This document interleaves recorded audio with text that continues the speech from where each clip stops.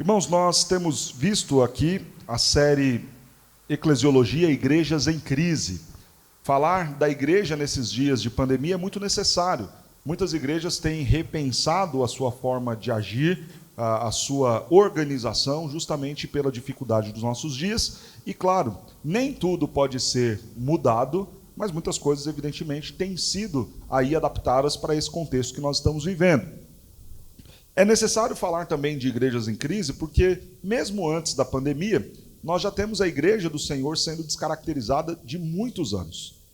E no nosso país, infelizmente, cresce o número de evangélicos, mas cresce também a desconfiança em relação às igrejas, cresce o descrédito em relação à liderança da igreja, e por isso falar também agora, mais especificamente sobre os líderes, é fundamental.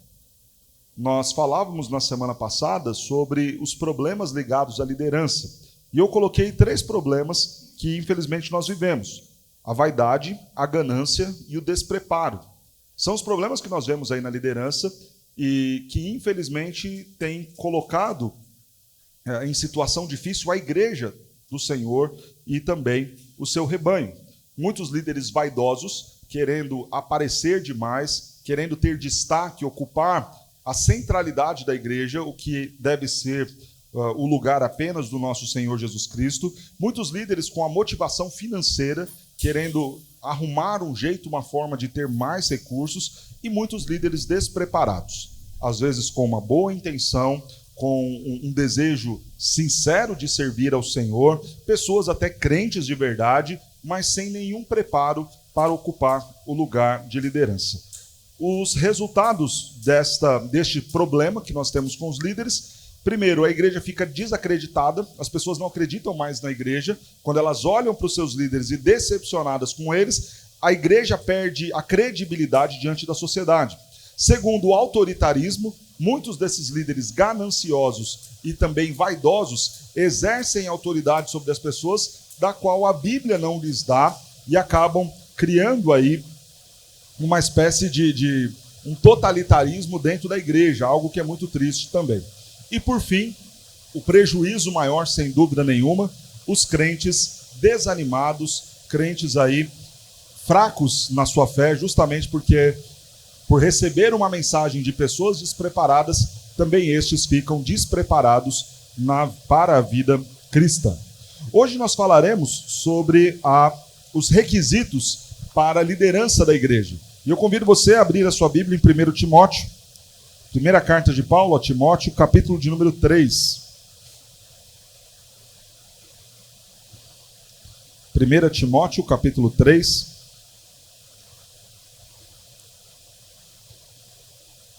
Versos de 1 a 13.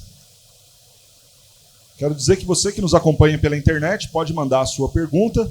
Nós leremos aqui e também te responderemos. Os irmãos que estão aqui no auditório também, fiquem à vontade, manifeste-se com uma das mãos, e aí o diácono leva para você o microfone, você pergunta, comenta, participem da aula, fiquem à vontade. Algo que eu disse na semana passada e volto a dizer: nós precisamos voltar a essa prática normal da participação dos irmãos em nossas aulas. Não deixem que a internet intimide vocês ou exclua vocês da participação desse momento tão importante que é o nosso momento de aula. 1 Timóteo, capítulo 3, versos de 1 a 13, nos diz assim: fiel é a palavra. Se alguém aspira ao episcopado, excelente obra almeja. É necessário, portanto, que o bispo, aqui a figura do bispo, do pastor, do presbítero, da liderança da igreja, seja irrepreensível, esposo de uma só mulher, temperante, sóbrio, modesto, hospitaleiro, apto a ensinar, não dado ao vinho, não violento, porém cordato, inimigo de contendas, não avarento, e que governe bem a própria casa, criando os filhos sob a disciplina, com todo o respeito. Pois se alguém não sabe governar a própria casa, como cuidará da igreja de Deus? Não seja ele neófito, para não suceder que se ensoberbeça e incorra na condenação do diabo. Pelo contrário, é necessário que ele tenha bom testemunho dos de fora, a fim de não cair no opróbrio e no laço do diabo.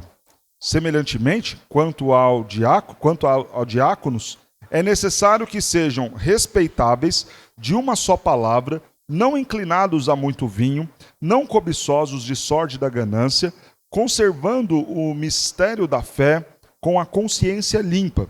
Também sejam estes primeiramente experimentados e se mostrarem irrepreensíveis, exerçam o diaconato. Da mesma sorte, quanto a mulheres, é necessário que sejam elas respeitáveis, não maldizentes, temperantes e fiéis em tudo. O diácono seja marido de uma só mulher e governe bem seus filhos e a própria casa, pois os que desempenharem bem o diaconato alcançam para si mesmos justa preeminência e muita intrepidez na fé em Cristo Jesus. Um dos motivos de nós termos esta aula também, falando sobre os pré-requisitos para a liderança, é porque no dia 27 de setembro nós teremos eleição para presbíteros e diáconos aqui na igreja. Falando um pouquinho do sistema de governo da Igreja Presbiteriana do Brasil, assunto esse que nós começamos a abordar na semana passada, nós vimos que a liderança da igreja deve ser constituída pela própria igreja. Esse é o princípio bíblico lá em Atos dos Apóstolos, capítulo 6. Quando então há uma necessidade para servir o corpo, e líder é sempre um servo por excelência, então o conselho da igreja convoca os membros. Foi assim que fizeram os apóstolos lá em Atos 6, a necessidade das viúvas gregas. Diante dessa necessidade, os apóstolos convocaram todos os membros, os discípulos. Estes escolheram os seus representantes, os diáconos ali, e por fim, os apóstolos empossaram ao cargo esses irmãos que haviam sido escolhidos. Essa é a forma de governo da Igreja Presbiteriana do Brasil. Diante de uma necessidade, o conselho convoca a assembleia, os membros. Esses membros convocados vão votar nos nomes em que eles entenderem e acharem ser melhor para o exercício do diaconato e do presbiterato. Esses nomes serão avaliados pelo conselho e então convidados para a cerimônia de posse para serem empossados nas suas funções. Nós estamos justamente nesse período em que os irmãos estão fazendo as indicações. Depois, esses nomes indicados serão avaliados pelo conselho, apresentados para a Assembleia, que irá votar, e uma vez eleitos, eles serão, então, empossados para o cargo de presbíteros e diáconos. É muito importante, na hora de nós fazermos a nossa indicação, ou até votarmos esses nomes, nós pensarmos nessas características que o texto coloca aqui para nós. Eu quero que a gente observe elas, então, com cuidado. Antes disso, veja que o texto diz que alguém que almeja servir, excelente obra almeja. Todos aqueles que desejam ser presbíteros, diáconos, precisam entender esta função como um privilégio. É muito triste quando nós chegamos em um contexto de igreja onde a gente pensa, vamos eleger diáconos, vamos eleger presbíteros, e ninguém se dispõe ao trabalho. Ah, pastor, eu não. Ah, pastor, olha, esse ano está difícil para mim, põe outra pessoa, eu não quero, é coisa demais para a minha cabeça. O texto diz que excelente obra almeja. Observe, por exemplo, na relação dos diáconos, veja o verso 13. Pois os que desempenharem bem o diaconato alcançam para si mesmo justa preeminência. Significa que há uma bênção do Senhor, um galardão do Senhor para aqueles que servem a igreja. Olha que coisa boa, que privilégio. Que boa escolha alguém faz. Você, mãe que está aqui, e nós temos muitas mães de crianças, né, aqui na nossa igreja, já pensou em orar pelo seu filho para que ele seja um pastor, seja um missionário?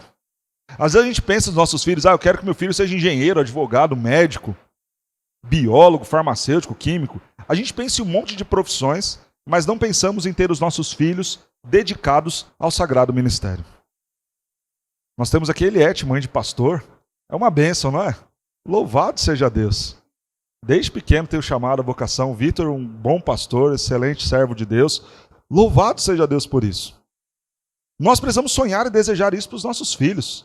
Ah, Senhor, usa a vida do João Pedro para que ele seja um pastor, um servo do Senhor, chamado por Ti, para a glória Tua. Usa a vida do Heitor para que ele seja um servo de Deus, chamado pelo Senhor, pastor da Tua igreja. Nós precisamos clamar e pedir por isso. Peça pelo Theo, peça pela vida do André, peça pela vida dos seus filhos e fala, Senhor, use a vida dos meus filhos para que eles sirvam a Ti, em nome de Jesus. porque excelente obra estes almejam. O texto segue então e passa a nos dar as características. Observe que a primeira característica colocada aqui, seja ele irrepreensível. Significa alguém de quem a gente não consiga levantar acusações. Isso me faz lembrar, por exemplo, o caso de Daniel. Lembram quando aqueles sátrapas tentaram pegar Daniel em alguma falha para poder acusá-lo diante do rei? E eles procuraram algo em Daniel e não achavam nada. Não tinha um ponto, uma vírgula, um nada que eles pudessem pegar e acusar Daniel e colocar Daniel ali fora do seu cargo, fora da sua condição. A semelhança do que a Bíblia relata de Daniel, o Senhor precisa encontrar nos homens que vão liderar a igreja a mesma condição ética e moral. Que sejam eles irrepreensíveis. Significa que eles serão perfeitos? Não.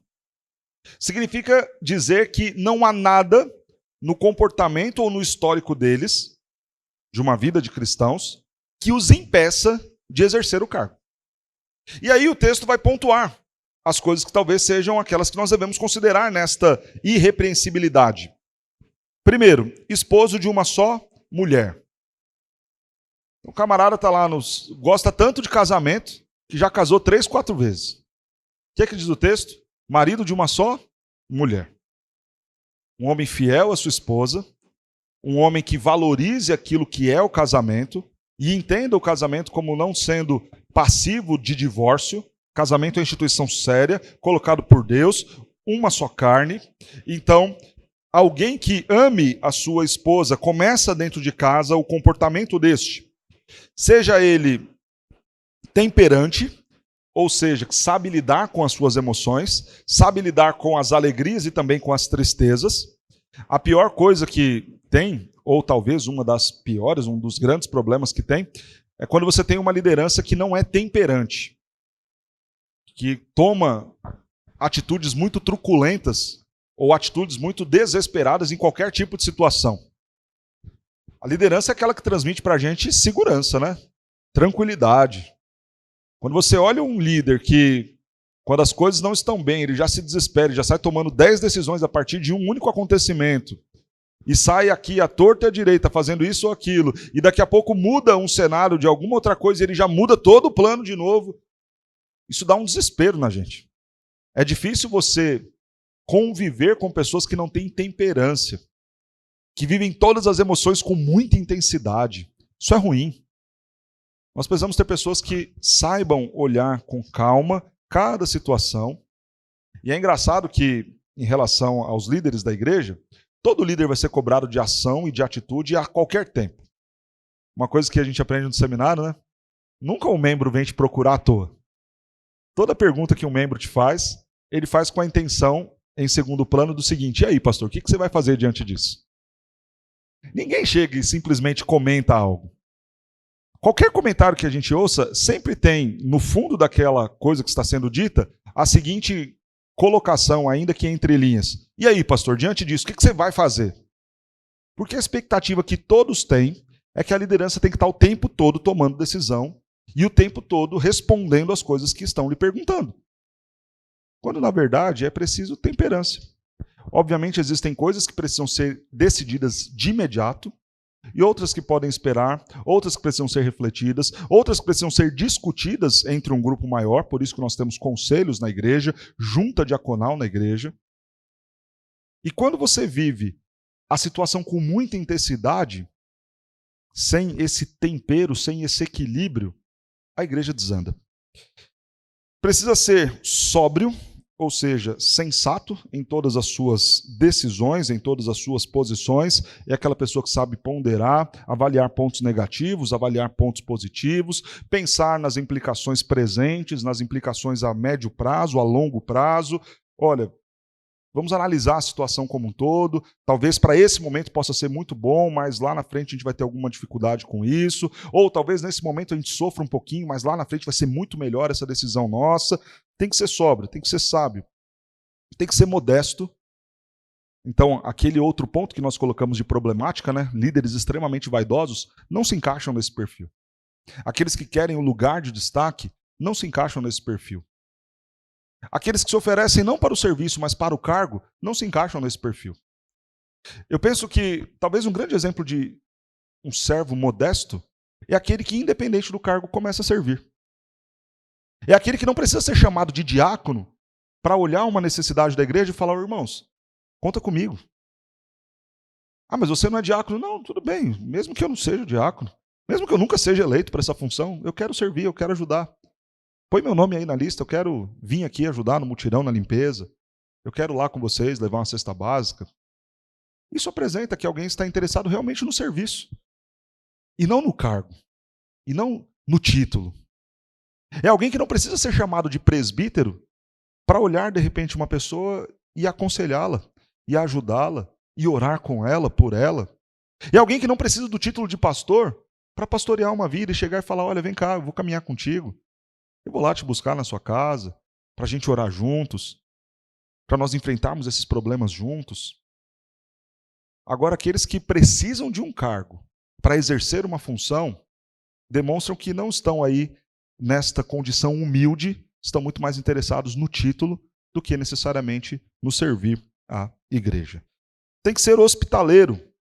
Significa aquele que está aberto a ter bons relacionamentos, a ter as amizades, a abraçar as pessoas. A hospitalidade nos dias aqui do apóstolo Paulo, escrevendo a Timóteo, era no sentido muito literal mesmo, você receber e hospedar pessoas em casa, né?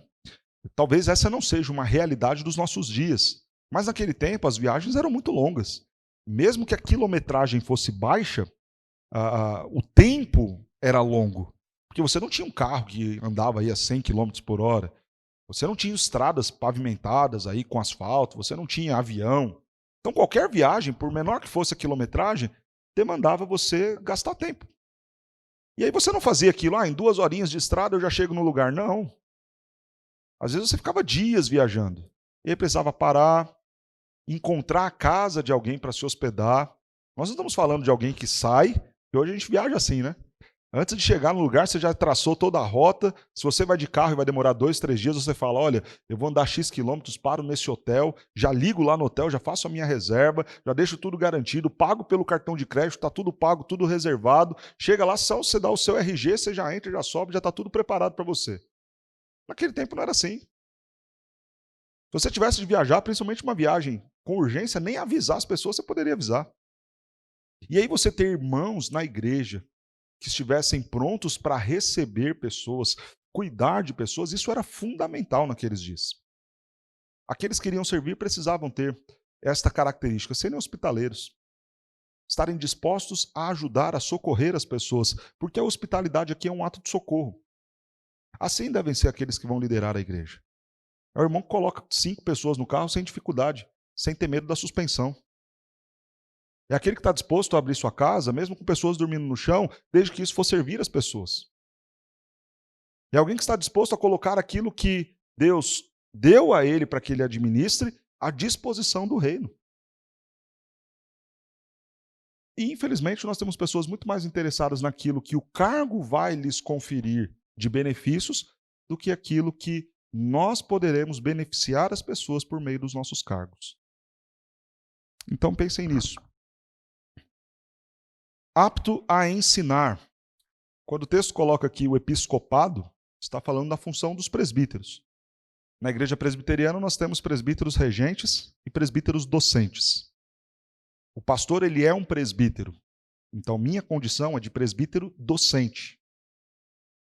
E aí, dentro da nossa Constituição, nós temos algumas nomenclaturas próprias que podem ser usadas.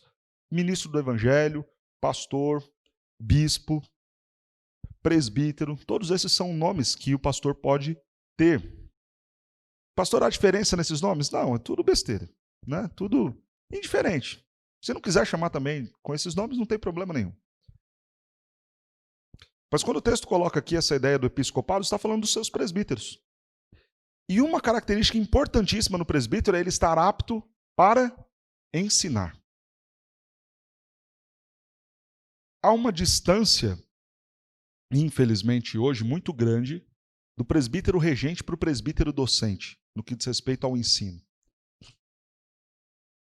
Em alguma medida, fruto de uma evolução na formação acadêmica dos presbíteros docentes, dos pastores.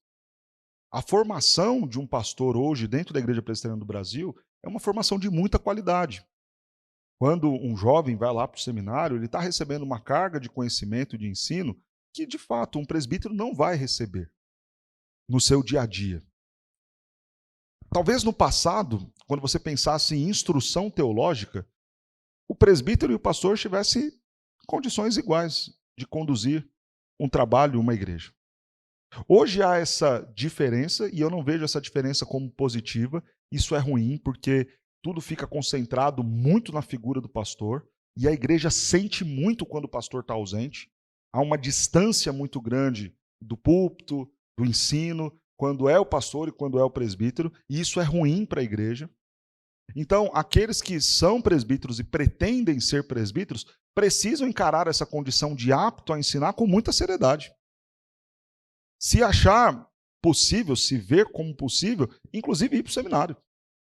Ah, mas você está vindo para ser pastor? Não, eu estou vindo para ser presbítero. Eu fui eleito para o presbiterato e a Bíblia diz que eu tenho que estar apto a ensinar, então eu vou me formar. Se não no seminário, por meio da formação informal. Pastor, eu quero livros de teologia. Pastor, eu quero estar apto a pregar. No dia que o senhor não estiver bem, eu quero pregar e quero pregar com a mesma qualidade. O que eu tenho que fazer? O que eu tenho que ler? O que eu tenho que estudar? Me dá orientação. Claro que isso não vai acontecer do dia para a noite, mas, pastor, se isso acontecer durante o meu mandato de 5 anos, eu vou ficar feliz. Vou saber que eu comecei ali, dando os primeiros passos, mas cheguei no final do meu mandato, ou cheguei 5, 6 anos, 10 anos depois de presbiterato, e consigo ir, subir, pregar, ensinar bem a igreja. O presbítero tem que estar apto ao ensino.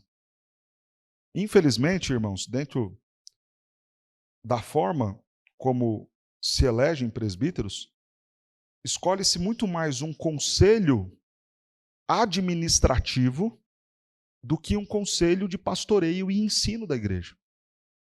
Tomemos esse cuidado. Talvez nós tenhamos excelentes administradores, excelentes gestores, que não necessariamente serão bons presbíteros. A igreja pode ter um conselho administrativo, um conselho fiscal, que vai contar ali das mentes mais brilhantes da área de engenharia, administração, contabilidade, recursos humanos. Mas quando nós pensamos em presbíteros e pastores, nós temos que ter aqueles aptos para o ensino. Que obviamente podem reunir as outras qualidades também, e é excelente que isso seja assim, mas principalmente nessa condição do ensino. Sejam eles aptos a ensinar. Tenham eles a condição de instruir a igreja. Quando a gente pensa no sistema de governo da igreja, na ausência do pastor, quem dirige a igreja é o vice-presidente do conselho. Na prática, o que significa isso? Se eu, por algum motivo, precisar me licenciar por 1 mês, por 2 meses, para tratar alguma coisa, o presbitério não vai mandar um outro pastor para cá. O que vai acontecer é que o vice-presidente do conselho vai assumir a liderança da igreja. Em todos os sentidos. Na pregação, no estudo, na condução das atividades do conselho. Inclusive, eu me lembro que essa foi uma das perguntas, né, da sabatina lá no presbitério, quando eu fui sabatinado. Né? Na ausência do pastor da igreja, quem é que dirige a assembleia? E aí, nunca você pode trazer um pastor de fora para dirigir a assembleia. Quem dirige a assembleia na ausência do pastor da igreja é o vice-presidente do conselho, o presbítero. Então veja, ele tem que estar apto para o exercício da função. Pensemos nisso. Claro, mais uma vez digo, alguém dos meninos que vai lá para o seminário, eles vão ter uma dedicação de tempo e de estudo muito grande. E obviamente talvez um presbítero não consiga ter. Mas esse que está se dispondo ao episcopado, ao presbiterato, ele tem que se empenhar em estudar. Ele não pode pensar no seu cargo como um cargo de gestor da igreja, de administrador da igreja. Ele tem que olhar e falar, não, eu vou me dedicar aos estudos. Diga, Eliette, vou pedir para que os meninos tragam o microfone aqui. Então, é fundamental. Nós louvamos a Deus porque já temos aqui na igreja, muitos dos nossos irmãos já participaram, dos homens da nossa igreja, já participaram do curso de teologia que nós temos aqui. Inclusive, os nossos presbíteros já fizeram o curso na primeira turma que nós tivemos em 2015. Nós temos irmãos que fizeram e se formaram na turma do ano passado. Então, bons homens passaram pelo nosso Instituto Bíblico, conhecimento teológico, e isso é muito bom. E a ideia é não parar, é continuar estudando, continuar avançando. Diga, Eliette. Pastor, sendo assim, por que não há uma preparação desses presbíteros na prática? Entendeu? Por exemplo, você pode se ausentar inesperadamente, sem Sim. ser programado. E aí o baque para a igreja vai ser maior. Então, se a igreja já tiver nessa pegada de o presbítero de vez em quando está ministrando, não vai sofrer tanto assim, compreende? Sim. A formação dos nossos presbíteros, como eu disse há pouco, todos eles, por exemplo, já passaram pelo nosso Instituto Bíblico, né? Nas devocionais que nós tínhamos antes, né, desse período da pandemia, todos eles ministravam e pregavam aqui todos os domingos, né? Sempre a parte da manhã, o primeiro sermão da manhã, eram realizados pelos nossos presbíteros. Agora, com essa situação da pandemia, a gente teve que tirar esse primeiro momento devocional para conseguir fazer escola bíblica e culto no primeiro momento, né? Há uma questão de limitação até de tempo, porque o sermão você não constrói ele em 15 minutos antes de começar o culto, né? E, infelizmente, às vezes, os nossos presbíteros não vão ter a condição de dedicar o mesmo tempo que o pastor dedica no preparo de um sermão. Colocar os presbíteros numa condição dessa, quase que semanal, é muito complicado para eles, até por uma questão de tempo. Eles trabalham, trabalham fora, né? Não que o pastor não trabalhe, o pastor trabalha só para isso, mas eles trabalham fora, se dedicando nas suas profissões, nas suas vocações também. Então, pesa sobre o pastor essa responsabilidade semanal. E os presbíteros, à semelhança do que nós tínhamos antes da pandemia, pregam pelo menos uma vez ao mês, cada um deles, justamente para poder exercitar na prática isso, né? Não só os presbíteros, alguns irmãos dos que fizeram o nosso instituto tiveram a oportunidade, né? E pregam aqui, pregam nas congregações, justamente para exercitar isso. Mas dificilmente nós teremos a condução do ensino da igreja como um todo sendo feita pelos presbíteros no que diz respeito a semanalmente eles fazerem, né? É responsabilidade do pastor a educação teológica da igreja, mesmo porque foi ele quem recebeu maior formação para isso. Então isso deve ser característica de qualquer bom ministro. Ele se prepara e justamente será cobrado em relação a isso. Há, inclusive, que se pensar, irmãos, naquilo que nós devemos esperar do nosso pastor. Eu não tenho que pensar num pastor que vai tomar cafezinho com crente toda semana. Eu tenho que pensar num pastor que vai subir no púlpito e entregar um bom sermão. Essa é a principal característica de um pastor, né? E claro, visitar as ovelhas, sim. Mas, por exemplo, só para que vocês entendam essas questões da função, né? O nosso manual diz, por exemplo, que o pastor tem por obrigação visitar todos aqueles que lhe pedirem, que lhe solicitarem a visita. Significa que não pesa sobre ele a responsabilidade de visitar aquele que não pediu. Então, assim, na medida que o membro vira e fala, pastor, estou passando por uma dificuldade, gostaria que o senhor fosse lá em casa, conversasse comigo, com os meus filhos, a situação nossa é mais ou menos essa. Isso feito, o pastor tem por obrigação ir e atender. Ele não pode virar e falar, puxa, irmão, não vou. Agora, do contrário, ele não tem por obrigação ir. É claro que nós colocamos dentro das funções do pastoreio, do cuidado da igreja, esse contato com vocês. Que pode ser feito pelo WhatsApp, por uma ligação, por uma conversa que a gente tem aqui na igreja, que pode ser feito sim também, sem mal nenhum, numa visita. O problema é que tem crente que pensa que a função do pastor é ficar tomando cafezinho na casa de crente toda semana. Então o pastor tem que ir na segunda na casa de um, na terça na casa do outro, para chegar lá, comer um pedaço de bolo, tomar café e ficar batendo papo da vida. Como se o pastor não tivesse mais nada para fazer. Não, o pastor tem que subir no púlpito e entregar um bom sermão. Essa é a principal função dele. Tem que cuidar da educação teológica da igreja. Tem que discipular os novos membros que chegam. Tem que ajudar aqueles que estão enfrentando sérios problemas, dificuldades seríssimas no casamento, na vida financeira. Esses que sim viram e falam, pastor, eu preciso da ajuda do Senhor nesse sentido, nessa visitação, nesse acompanhamento. E do restante, claro, à medida que há necessidades e oportunidades, a gente atende. Mas veja que pesa principalmente sobre a figura do pastor, essa função do ensino da igreja. Qualidade no ensinar bem a igreja. E isso demanda tempo, né? Por isso que os nossos presbíteros também nem sempre farão com a mesma intensidade e rotina que o pastor. Falta tempo também para que eles consigam fazer isso. Segue o texto: não dado ao vinho, não violento, porém cordato, inimigo de contendas, não avarento. Várias características simples que devem ser observadas na condição moral do ministro e do presbítero. Não dado ao vinho significa alguém que não se embriague, que não fique aí embriagado, à torta à direita, caindo pelos cantos. Isso é fácil, não há necessidade de muita observação sobre isso. Não violento. Você pega alguém que resolve tudo na base da porrada, da discussão, da briga, do enfrentamento, do conflito, não está apto para ser presbítero, líder da igreja. Inimigo de contendas. A gente hoje em dia, por conta das redes sociais, a gente tem muito amigos de contendas, né? Pessoas que estão dispostas a brigar por qualquer coisa. Não é só por coisas sérias e relevantes. Claro, nós precisamos de pastores e líderes que apologeticamente brigam pela palavra de Deus. Isso não é disso que o texto está falando. O texto, quando coloca inimigo de contenda, é aquele que discute por causa de futebol. É aquele que vai discutir por causa da vaga de garagem no prédio. É aquele que vai discutir porque a compra dele, a bolacha que ele viu na prateleira era 35 centavos e chegou no caixa, deu 45 centavos. Então, por causa de 10 centavos, ele vai discutir. Então, é esse tipo de inimigo de contenda que a gente tem que ter. Alguém que vira e fala, não, olha, não tem problema, não vamos brigar por isso.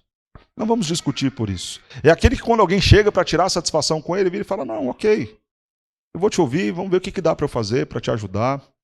Precisamos ter pessoas assim liderando a igreja do Senhor, né? Aqueles que amam brigar por qualquer coisa não devem estar aí na liderança da igreja, senão vão arrumar confusão demais, né? Não avarento, não pode amar o dinheiro. Então veja, o texto fala de ser modesto, né? Lutando contra aquela ideia da vaidade. E aqui, não ser avarento, não amar o dinheiro, que trabalha contra a ideia da ganância, né? O avarento é aquele que quer acumular riquezas. Qualquer um que pensa no ministério não pode pensar em acumular riquezas. Eu defendo muito isso aqui, falo muito disso com os irmãos. O pastor não pode parar e ter uma vida luxuosa. Não que ele não possa ser abençoado, e eu até creio que o pastor é muito abençoado, principalmente quando é um bom pastor e a igreja ama esse pastor, a igreja vai cuidar bem dele, vai recompensá-lo, ou vai... recompensá-lo não é a melhor palavra, vai sustentá-lo da melhor forma possível. Isso é uma bênção, não tenho dúvidas de que os bons pastores serão muito abençoados por boas igrejas que valorizam o seu trabalho. A questão é que ele não vai poder acumular riquezas. A mesma medida que entra vai ter que sair. Olha, que bom que a igreja quer me pagar 10 mil de salário, mas eu entendo que com 5 eu vivo muito bem. Então esses outros 5, sei lá, eu vou escolher 5 missionários e mandar R$1.000 para cada um deles e vai ser uma bênção. Aliás, isso é o que a gente sempre prega aqui para todos os crentes. Não é errado o crente ganhar muito dinheiro. Aliás, bons servos do Senhor, trabalhando cristãmente nas suas funções, exercendo as suas vocações com excelência, que é o que todos nós cristãos devemos fazer, a tendência é que a gente ganhe muito dinheiro mesmo. Você não vai ser um empregado qualquer, você vai ser o melhor empregado da sua empresa, porque você está fazendo para a glória de Deus. Você não vai ser um médico qualquer, um engenheiro qualquer, você vai ser o melhor porque você está fazendo para a glória de Deus. É natural que a riqueza venha e te acompanhe, só que a avareza é aquele que gosta de acumular e ter, e ter, e ter.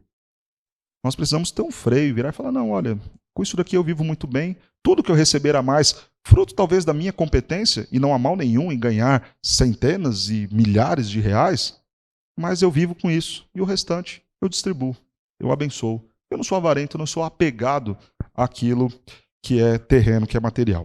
Que governe bem a própria casa, criando os filhos sob a disciplina, com todo o respeito.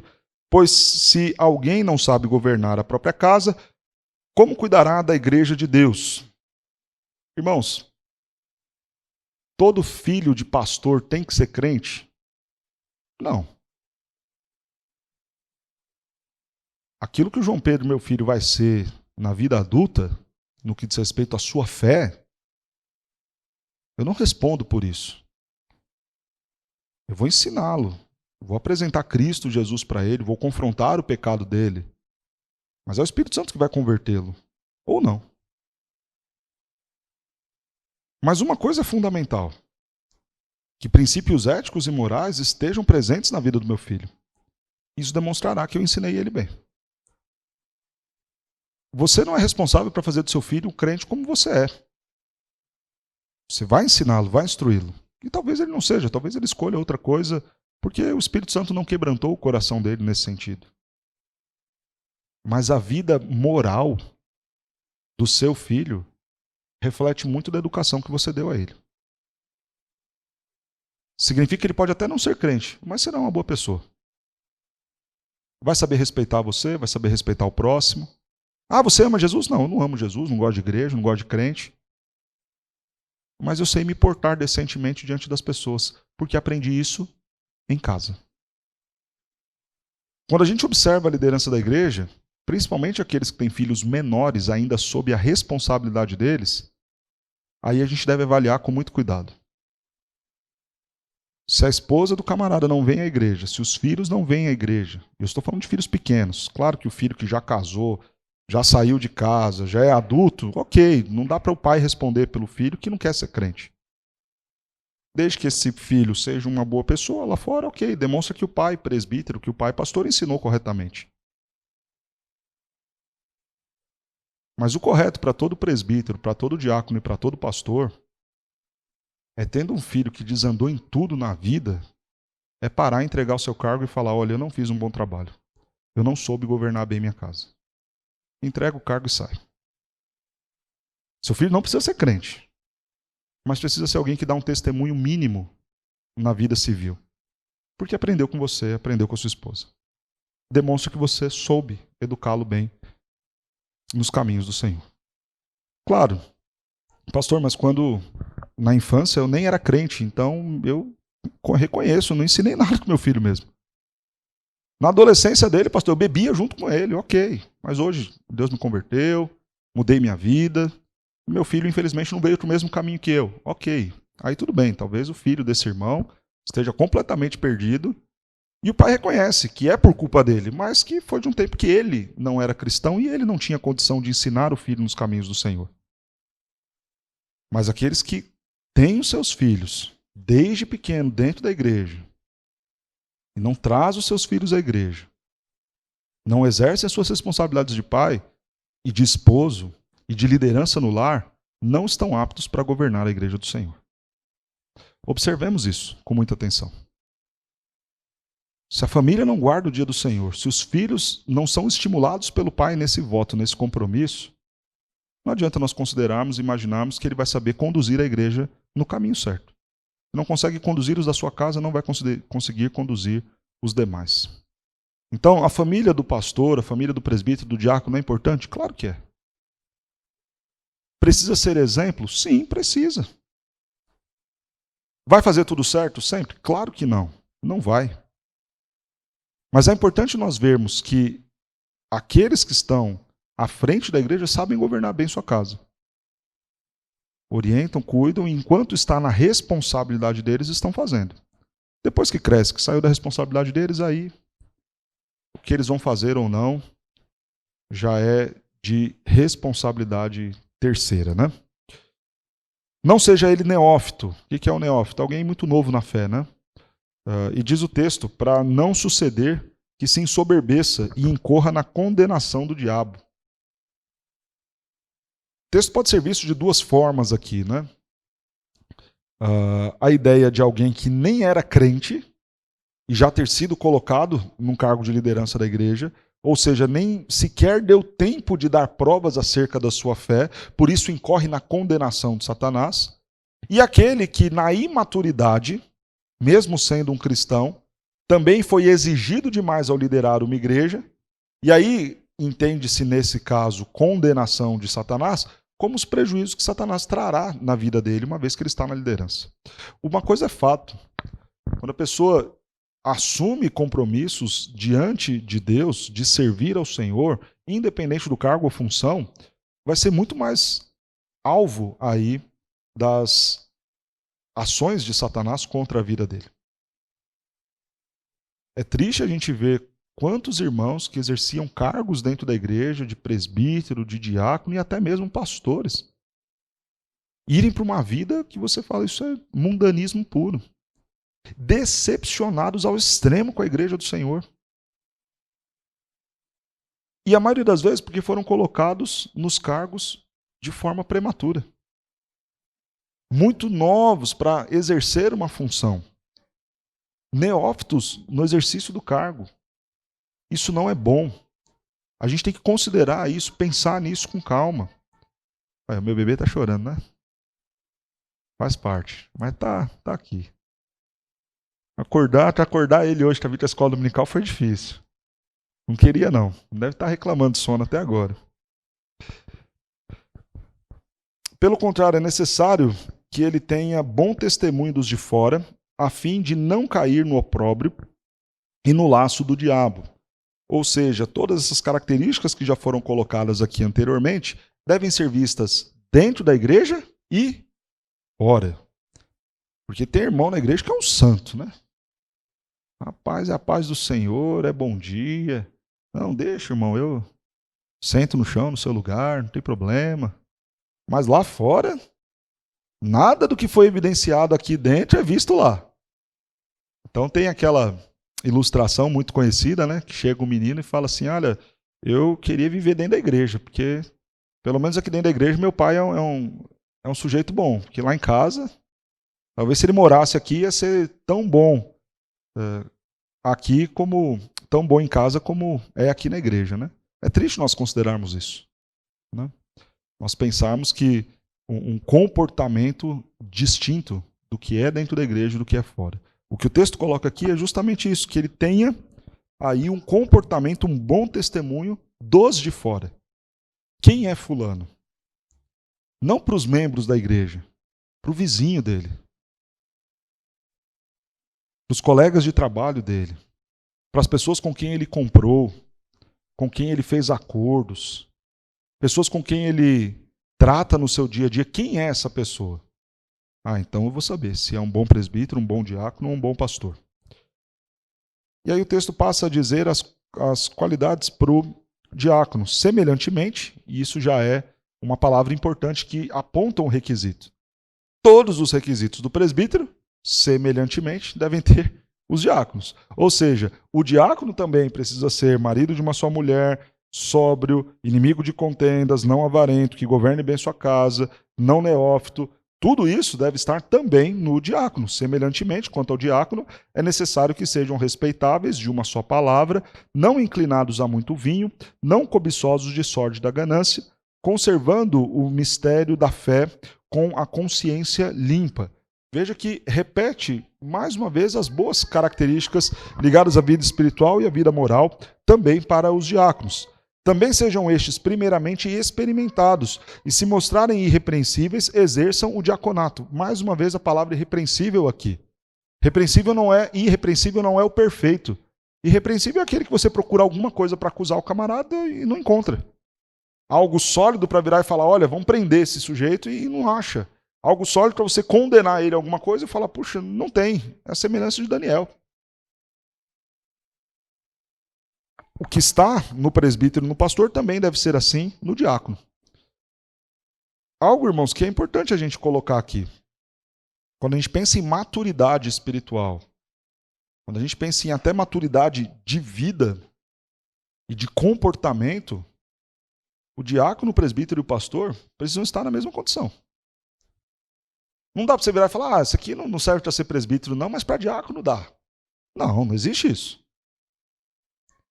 Quando a gente vê, por exemplo, lá em Atos 6, o que os apóstolos falam? Busquem entre vocês homens sábios, cheios do Espírito Santo. Para pastor ainda você não chega, mas para diácono, tá bom. Não. A distinção do presbítero, do diácono, do pastor está na condição única de apto a ensinar. O diácono não pesa sobre ele essa condição do ensino da igreja. Para o presbítero e para o pastor já pesa, e para o pastor mais ainda. Mas as condições morais, éticas, de sabedoria, de condições para cuidar e dar bom testemunho para os de dentro e para os de fora, tudo isso deve estar no diácono, no presbítero e no pastor. Em igualdade. Se está apto para ser presbítero, está apto para ser diácono. Se está apto para ser diácono e tiver a qualidade do ensino, está apto também para ser presbítero. E isso tem que ser assim. Não é que o padrão moral e ético para um diácono diminui e fala, passa. Não, é um cargo tão importante, uma responsabilidade tão grande quanto a de um pastor e a de um presbítero. O texto diz que eles têm que ser experimentados, ou seja, servirem a igreja antes de exercer o cargo. Justamente aquilo que nós estávamos falando. Pessoas que amam servir, servirão mesmo que não tenham o cargo sobre elas. Estes que nós vemos assim, desta forma, dispostos ao serviço independente do cargo, são homens aptos ao diaconato. O texto segue. Da mesma sorte quanto a mulheres, é necessário que sejam elas respeitáveis, não maldizentes, temperantes e fiéis em tudo. O diácono seja marido de uma só mulher e governe bem seus filhos e a própria casa. Por que eu li o verso 11 e o verso 12? Observem que alguns vão entender o seguinte, que da mesma forma que foram dados requisitos para os homens, também foi dado requisito para a mulher. E vão pensar assim, há margem então tanto para homens quanto para mulheres exercerem os ofícios do episcopado e do diaconato. Mas se você ler o texto conforme eu fiz agora, você vê que o texto está falando ainda dos diáconos. Tanto que nos versos 8 até o verso 10 está falando dos requisitos do diácono, fala dos requisitos da mulher e volta a falar do diácono, por quê? Que mulheres são essas? As mulheres dos diáconos. Não são as mulheres que exercerão o diaconato, mas são as esposas destes homens. Então, para as esposas, presbíteros, pastores e esposas dos diáconos, sejam essas mulheres respeitáveis, não maldizentes, não fofoqueiras, temperantes, mais uma vez, que saibam aí viver as emoções na medida certa, fiéis em tudo. Boas servas do Senhor. A esposa de um oficial da igreja, ela tem que ser mais crente do que as outras irmãs? Todas as irmãs têm que ser crentes. E ela simplesmente vai ser uma boa serva do Senhor. Dá para o presbítero ser presbítero e a esposa dele nem ser da igreja? Não é razoável. Dá para o pastor ser o pastor e a esposa nem ir à igreja? Não é razoável.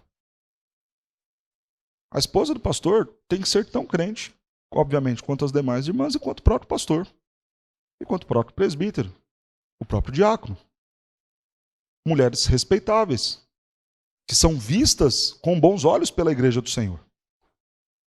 Mulheres que são admiradas pelas demais irmãs, que falam, olha, quando eu penso em uma pessoa crente, uma pessoa com quem eu posso me aconselhar, com quem eu posso conversar, tem que ser as esposas de presbíteros, as esposas dos diáconos. Então, nós precisamos observar também isso. Às vezes o camarada é muito bom, mas a esposa dele vai arrastar tudo para trás. Então, considerem bem aí as esposas também daqueles que nós pretendemos ter como oficiais na igreja. Diga, Moisés. Bom dia. Então, a questão da eleição. Infelizmente, a igreja, ao decorrer do tempo, ela meio que, não vou falar se perde, mas dentro daquela comunidade específica, vamos supor, vou dar um exemplo, lá na minha cidade interior, na Bahia, já teve votações que literalmente foram campanhas, né? Literalmente campanhas. Quem se deu mais ao trabalho, quem fez mais, ou às vezes a família X tem mais membro, por isso fulano ele foi eleito ao diaconato ou presbiterato. E eu vejo isso sim como uma forma de que vão se perdendo, né? E aí a culpa chega a ser da nossa mesmo, né? Por olhar dessa forma e não olhar o que realmente né? Não, e de outra forma também aos membros analisar cada o perfil daquele presbítero, né? No caso aí que está sendo colocado. Pegar a vida dele fio a fio. Então a gente tem que meio que ponderar para não tornar isso literalmente uma campanha, né? Que sinceramente eu já vi literalmente a campanha dentro da igreja. Faltando colocar a faixa. Né? Podendo, exatamente. Ou até com faixa. Já vem muito. Votem em fulano. É muito triste a gente imaginar que isso aconteça na igreja e infelizmente acontece. Um dos males do sistema representativo é esse, né? Quando você tem aí a eleição, isso acontece. Quando a gente fala de sistema de governo, não existe um sistema perfeito, né? O sistema episcopal, aquele que o pastor indica todo mundo que vai trabalhar com ele, tem suas falhas, porque tudo pesa na figura do pastor escolher, e de repente o pastor pode escolher equivocadamente, toda a igreja sofrer. De repente o pastor pode não ser um servo de Deus e por tudo estar baseado nele, ele conduz mal a igreja inteira. É um defeito do sistema episcopal. Por outro lado, se for um bom servo do Senhor, vai ponderar coisas que talvez o sistema representativo de eleição não vão ser tidas, né? Eu gosto muito do modelo nosso, porque ele passa por duas coisas. Passa pela indicação da Assembleia, mas passa também pela avaliação do Conselho. Se o Conselho é um bom conselho de bons presbíteros e bons pastores, alguém que simplesmente foi alçado para indicação por mera campanha ou por qualquer outro tipo de interesse, o Conselho tem por responsabilidade virar e falar: camarada, você não reúne. Tudo bem, você teve aqui a campanha, estourou de indicações, mas você não atende a nenhum desses critérios, não dá para ser sequer mencionado para eleição dentro da Assembleia, né? Mas infelizmente isso é triste. É muito importante a participação de vocês, membros, nesses processos. Quando a gente fala muito e convoca os irmãos e fala muito das assembleias, é justamente para que vocês se envolvam de verdade com esses processos para fazer a coisa certa. Às vezes é triste você convocar a assembleia e de 100 membros virem 30, virem 40. Significa o quê? Que os outros 60 não estão nem um pouco preocupados com a vida da igreja? É ruim isso. Não é uma mera formalidade. Nós estamos falando de escolher aqueles que serão os líderes da igreja. Estamos falando, às vezes, de eleição pastoral, de eleição de presbítero, eleição de diáconos, aqueles que vão cuidar das nossas famílias. É irresponsabilidade dos membros não se prepararem, não se envolverem no processo. E não é um envolvimento de fazer campanha, mas é um envolvimento de orar, de procurar saber, de chegar até no irmão e falar: irmão, vem cá, eu queria conversar com você, estou pensando em te indicar para presbítero, mas eu queria saber um pouquinho de você, o que você pensa da Escritura, queria conhecer um pouquinho da sua família. Eu quero te indicar e vejo no irmão aí qualidades predicativas da Escritura e acho que vai ser uma bênção na igreja, então queria saber se o irmão aceita, queria saber se eu posso orar pela vida do irmão nesse sentido. Se envolva. Não é fazer campanha, bater um na porta do outro. E aí, você vai votar em quem? E aí, quem que você acha que vai ganhar dessa vez? Não é fazer isso, isso é ridículo. Isso não cabe dentro da igreja. Se alguém fizer isso, corta o assunto e denuncia para o conselho. Vira e fala: ó, pastor, fulano Beltrano de tal veio me procurar para votar em ciclano, faz a denúncia formal e o conselho vai disciplinar a pessoa, porque isso não pode ser feito. Mas quando a gente está envolvido no processo, desejando saber, conhecer aqueles que nós vamos escolher para ser a nossa liderança, é o melhor caminho. Veja a diferença de tempo. Quando a gente convoca, às vezes, a assembleia para questões mais do dia a dia da igreja, a gente convoca com 15 dias, com 20 dias. A gente está convocando uma eleição com 2 meses de antecedência justamente para isso.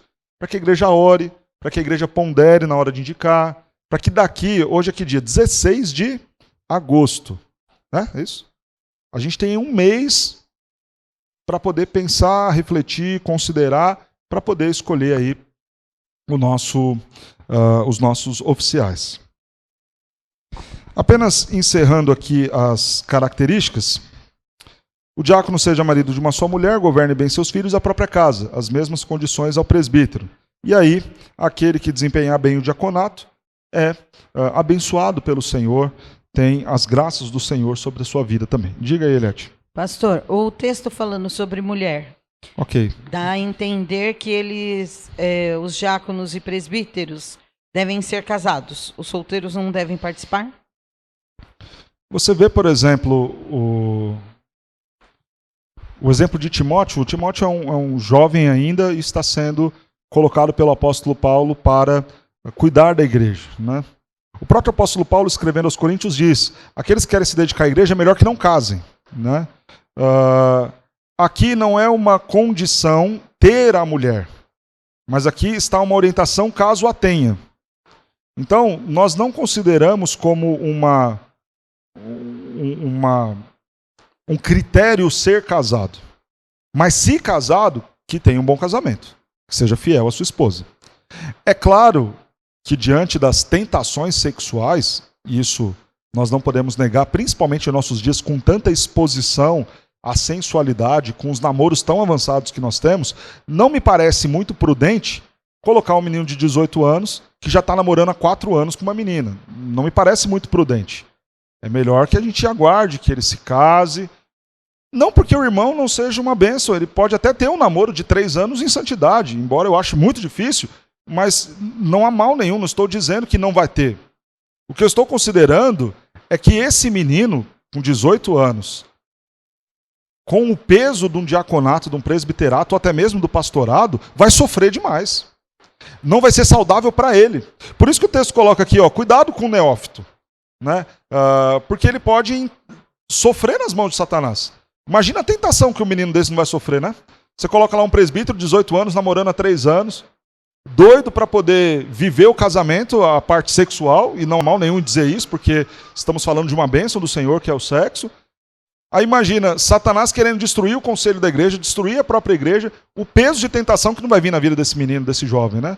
Então é mais prudente, por amor até mesmo ao irmão, que a gente vira e fala, irmão, casa primeiro, alivia toda essa tensão pré-casamento, e aí depois você pensa no ministério, né? Mas não é um requisito, não precisa ser casado.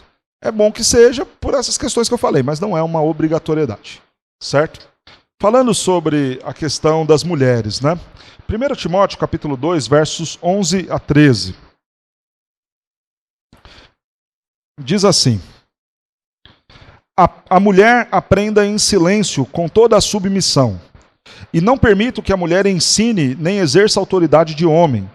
Esteja, porém, em silêncio, porque primeiro foi formado Adão e depois Eva. Quando nós consideramos a condição de não ter mulheres como presbíteras, diaconisas e pastoras, nós estamos seguindo a condição bíblica do princípio de submissão da esposa para com seu marido. Deus colocou o homem para liderar a esposa. Como o homem dentro da igreja será liderado pela sua mulher? Não é coerente.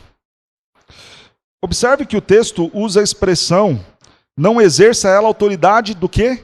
De homem. Dentro da estrutura que o Senhor cria para a família, a mulher tem autoridade. Mas uma autoridade distinta da seu marido. A mulher tem autoridade sobre os filhos, por exemplo. Não há mal nenhum nisso. Por isso, por exemplo, não há mal nenhum em nossas irmãs liderarem as nossas crianças e exercerem autoridade sobre elas. No entanto, a autoridade de homem é a autoridade que a mulher tem sobre o marido. Isso não pode existir. Isso é uma inversão do papel da submissão da esposa em relação ao seu marido. Então imagine uma situação em que a Vanessa seja uma pastora. E aí imagine que eu tenho que me submeter à liderança dela. Isso é vergonhoso em relação à forma como Deus instituiu a família, onde o marido é o cabeça e quem governa. Não vergonhoso na condição de capacidade. Porque eu não duvido que a minha esposa tenha capacitações e predicativos para fazer muitas coisas bem feitas, algumas delas até melhor do que as que eu faço. Mas significa dizer que dentro da estrutura do que Deus colocou no casamento, a mulher deve ser submissa e estar sob a liderança do marido. Agora imagine o conflito que há. Se você tem uma presbítera e ela tem que, por exemplo, exortar o seu marido. Ensinar o seu marido. Isso está errado. Por que as mulheres não pregam na igreja? Na presença dos homens. Porque senão a mulher vai estar pregando aqui para o marido dela ouvir, e esse não é o papel. O papel é que o esposo ensine a sua esposa. Por que as crianças não pregam aqui no púlpito? Porque não é papel da criança ensinar o adulto, é o papel do adulto ensinar a criança. Agora, as irmãs podem pregar em um encontro de mulheres? Podem, porque o texto está proibindo o quê? A autoridade de homem. Ela não pode exercer, sendo mulher, a autoridade sobre o marido, autoridade essa que foi conferida ao marido. Então, na ordem das coisas, é o marido quem ensina, é o marido quem corrige, é o marido quem lidera. E a esposa é submissa ao seu esposo, respeita o seu esposo e, com a graça do Senhor, ajuda, orienta, auxilia o seu marido. Se esse papel se inverter dentro da igreja, isso está contradizendo aquilo que o Senhor mandou ser no lar. Por isso ele evoca aqui o exemplo de Adão e Eva. Por que não são os filhos que vão subir aqui para nos ensinar? Porque o papel dos filhos é serem ensinados pelos pais. Eu já compartilhei aqui com os irmãos a minha condição com o meu pai, lá no presbitério, né? Eu não vou pastorear a igreja do meu pai. Meu pai é autoridade sobre a minha vida. Ele é presbítero da igreja. Quando a gente está no presbitério, se ele vai para a comissão A, eu vou para a comissão B. Porque eu não posso exercer autoridade sobre meu pai. Isso é um desrespeito à condição que Deus colocou ele acima de mim. Então, eu me submeto a ele. Mesmo eu sendo pastor. E mesmo eu sendo adulto, casado, com filho. Ele é o meu pai. Então eu viro e falo, ok, pai. Não vou discutir com você. Se eu discordar, me submetendo a ele e à autoridade dele, respeitosamente eu vou saber me colocar no meu lugar. E para evitar esse tipo de conflito, por exemplo, não serei eu um pastor em que o meu pai é membro da igreja. Eu vou virar e falar, não, eu prefiro não ser. Ou se for, que meu pai pelo menos não esteja no conselho. Porque senão fica difícil. Como é que a gente vai ter essa condição entre nós ali no dia a dia da igreja? É complicado. Obviamente o mesmo se aplica à condição das crianças e à condição das mulheres. Agora, crianças podem ensinar outras crianças? Podem. Não sei se tem muito a ensinar, mas podem. Podem transmitir o conhecimento que elas têm, talvez pouco, mas em uma pequena ocasião. O que não pode é uma criança ser responsável pela educação de outras. Ela pode compartilhar um pouco do que ela aprendeu com outras crianças, mas ela não pode assumir um púlpito e falar com os adultos, porque os adultos precisam ensinar as crianças. Os maridos ensinam as esposas. Os adultos lideram as crianças, então as mulheres lideram as crianças, ensinam as crianças, o marido lidera a esposa, ensina a esposa. Por isso, então, a orientação de Paulo é essa, que a mulher aprenda em silêncio. Na presença do seu esposo, a função dela é de ouvir e aprender. Se eu estou na presença dele, eu ouço a ele. Vamos lá. Já deu o nosso horário já, né? Que horas são? 10h07. Ok. Irmãos, vamos encerrar por aqui então. Eu tinha apenas mais um ponto a ser tratado. Eu vou tratar, porque daí eu não preciso voltar nesse assunto na semana que vem. 1 Timóteo capítulo 5, verso 17 e 18. Nos diz assim: devem ser considerados merecedores de dobrados honorários os presbíteros que presidem bem, com especialidade os que se afadigam na palavra e no ensino, pois a Escritura declara, não amordaces o boi quando pisa o trigo, e ainda, o trabalhador é digno do seu salário. É correto a liderança da igreja receber? Se ela se afadiga do ministério, é correto. O que o texto está colocando aqui é condição simples. Primeiro, desse líder ser o responsável pelo ensino e fazer isso bem. E principalmente, se ele se afadigar disso, significa se ele empenhar os seus esforços nisso a ponto de não poder se dedicar a outra coisa. Qualquer pessoa que vai ter que abandonar a sua profissão, a sua condição para se dedicar à igreja, precisa ser sustentado pela igreja. E isso é uma questão óbvia. Uma vez que a pessoa não tem como trabalhar fora, porque está afadigando-se da questão do ministério, das questões ligadas à igreja e o serviço da igreja, alguém precisa ajudá-la. E esse alguém é a igreja. Qualquer cargo, pastor? Qualquer cargo. Por exemplo, a gente não tem uma demanda de limpeza na igreja que exige alguém contratado aqui de segunda a sexta, das 8 às 5. Mas talvez um dia a gente cresça a esse ponto. E ninguém tem que fazer esse trabalho voluntariamente, embora possa fazer. Quando a gente chega e fala, irmão, você vai cuidar aqui da zeladoria da igreja, a gente está pedindo para que você saia do seu trabalho, cuide da zeladoria da igreja, porque a demanda é muito grande. Ah, ok, quem vai me sustentar? A igreja vai te sustentar, não se preocupe. Pastor, a gente tem uma demanda muito grande de assistência à igreja, dos membros, a gente quer que o senhor pregue com muita qualidade no domingo, para isso a gente não quer que o senhor trabalhe, a gente quer que o senhor se dedique à igreja. Ok, tudo bem, quem vai me sustentar? Deixa com a gente sustenta. Então não é errado a igreja remunerar aqueles que trabalham e servem por ela, desde que esses se afadiguem pela igreja. Não importa qual é a função. Se a pessoa precisa abandonar a sua condição para poder servir a igreja tem a responsabilidade de sustentar. Imagina que seu Edilson é taxista. Aí toda hora eu falo, seu Edilson, preciso de uma ajuda do senhor, preciso levar um irmão lá no hospital, preciso levar um irmão lá numa consulta, preciso ir numa visita, o senhor me leva. Vai chegar um ponto que eu vou ter que falar, seu Edilson, é o seguinte, o senhor vai ter que dirigir só para a igreja. Que a demanda é muito grande, eu preciso do senhor aqui, só que daí ele vai virar para mim e falar, pastor, mas tem um problema, lá na rua trabalhando, eu ganho X, e para eu sustentar minha família essa é a condição. Ok, seu Edilson, seu trabalho é tão importante para a demanda da igreja, que a igreja vai cobrir esse gasto, essa despesa sem dificuldade. Então, tudo passa por essa condição. Obviamente, da demanda da igreja ter as condições de assalariar alguém. Né? E o texto é muito claro, né? Não amordace o boi enquanto ele trabalha. Se ele está trabalhando, sustente, faça isso da melhor forma possível.